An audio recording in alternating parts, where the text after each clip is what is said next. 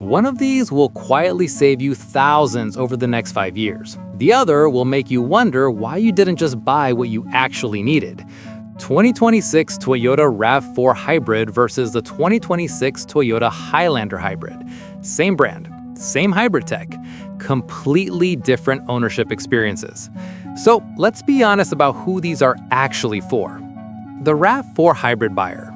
You're either single, married with no kids, maybe one kid, or your kids are out of the house. You don't need a third row. You don't want to wrestle a bigger SUV into tight parking spots. You want something efficient, capable, that doesn't feel like overkill every time you're just grabbing coffee or running errands. You value nimbleness over space you'll rarely use. The Highlander Hybrid buyer. You've got multiple kids, or you're hauling grandparents around, or you actually use that third row more than twice a year. You need the space, and you're willing to deal with a bigger footprint because cramming everyone into something smaller just creates stress. You want one vehicle that does it all, even if that means it's more than you need 70% of the time. Here's the thing. If you buy the wrong one for your lifestyle, you'll know within 6 months, and by then, you're already locked in. Let's talk about what actually happens when you live with these every single day. The RAV4 Hybrid is 15 inches shorter than the Highlander. That doesn't sound like much until you're trying to parallel park in a city, or you're navigating a cramped grocery store lot, or you're pulling into your garage and you've got bikes in storage eating up space. The RAV4 just fits. You're not doing the mental math every time you park.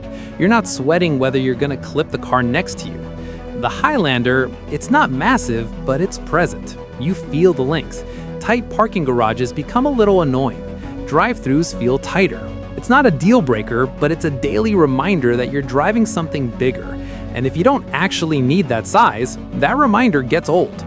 Now flip it. You've got 3 kids in car seats. The RAV4 technically fits them, but everyone's within elbow jabbing distance. Long road trips turn into referee duty. The Highlander, everyone's got their own zone. The third row folds down when you don't need it, but when you do, grandparents visiting, carpool duty, road trip with friends, it's there. No Tetris required.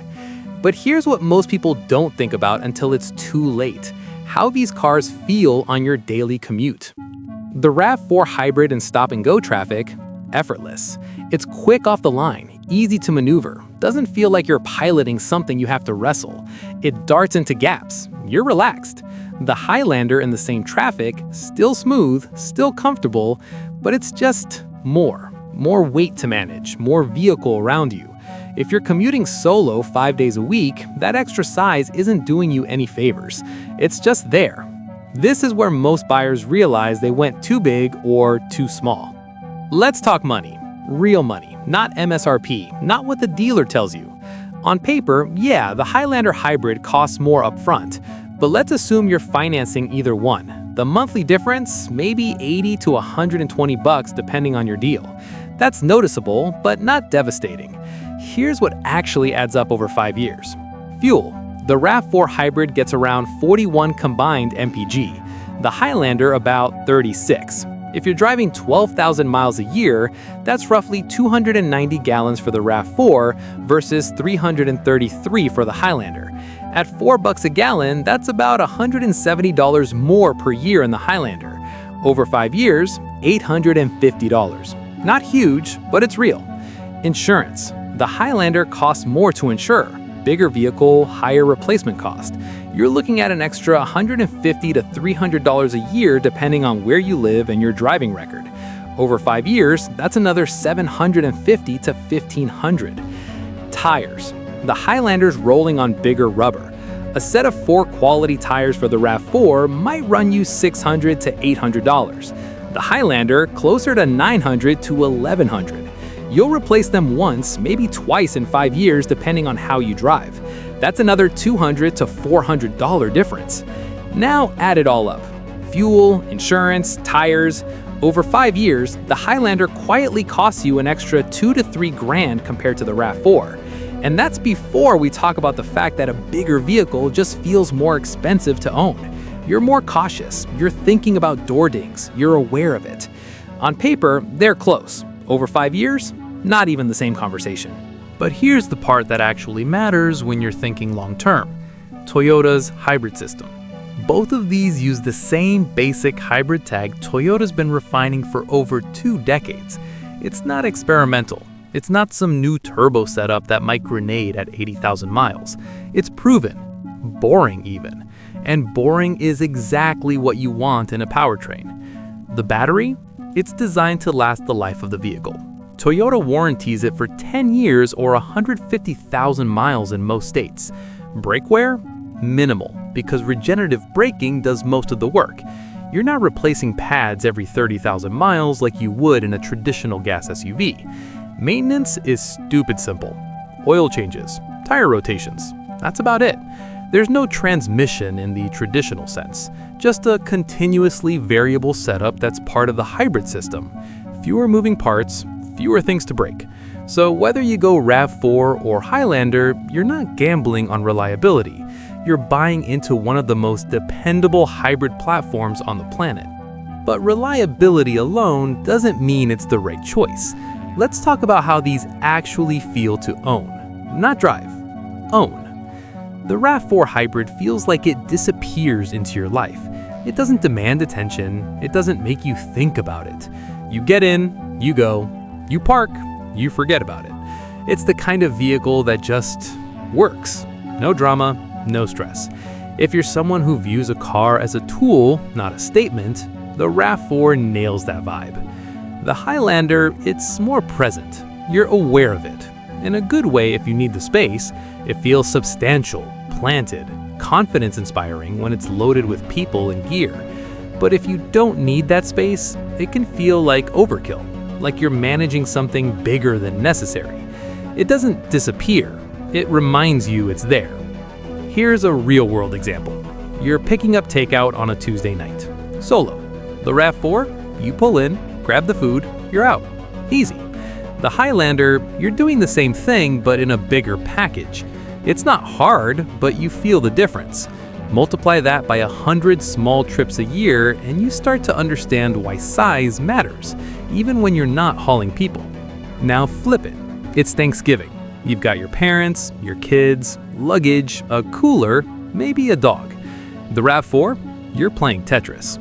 Bags are on laps, the dog's squished. It's doable, but it's tight. The Highlander, everyone's comfortable. Luggage fits. The dog's got space. No stress. One feels like it disappears into your life, the other reminds you it's there. The question is, which feeling do you want more often? All right, let's make this simple. If you're single, married with 1 kid or less, your kids are grown, or you just don't need a third row more than a handful of times a year, buy the RAV4 Hybrid. You'll save money, you'll have an easier time parking, and you won't be driving around in more vehicle than you actually use. It's the smarter move for most people, even if it feels like the smaller choice. If you've got 3 or more kids, you regularly haul extended family, you actually use a third row, or you just know you need the space and you're willing to deal with a bigger footprint, buy the Highlander Hybrid. Don't convince yourself the RAV4 will be fine. If you need the room, you need the room. The Highlander won't feel like overkill when it's full, and when it's not, it's still manageable. Here's the part nobody explains at the dealership. Most people overbuy. They get the bigger vehicle just in case. And then that just in case scenario happens 3 times a year, and the other 362 days, they're parking a vehicle they don't need. But the opposite is also true. If you underbuy and you're constantly cramped, constantly compromising, constantly wishing you had more space, you'll resent the car, and you'll trade it in way sooner than you should. So here's how to avoid regret. Think about your actual life, not the life you imagine, not the life you might have in 3 years, the life you have right now. How many people are in your car on a weekly basis? How often do you really need that third row? How often are you parking in tight spaces? If the answer is just me, or me and one other person most of the time, and tight parking is your reality, RAV4 Hybrid. You'll thank yourself every time you slide into a spot the Highlander wouldn't fit. If the answer is 3 or more regularly, and you actually use the space, or you know you will within the next year, Highlander Hybrid. You'll thank yourself every time everyone's comfortable and you're not playing Tetris with luggage. Most people don't regret what they bought. They regret why they bought it. Don't buy the Highlander because it feels like the safer choice.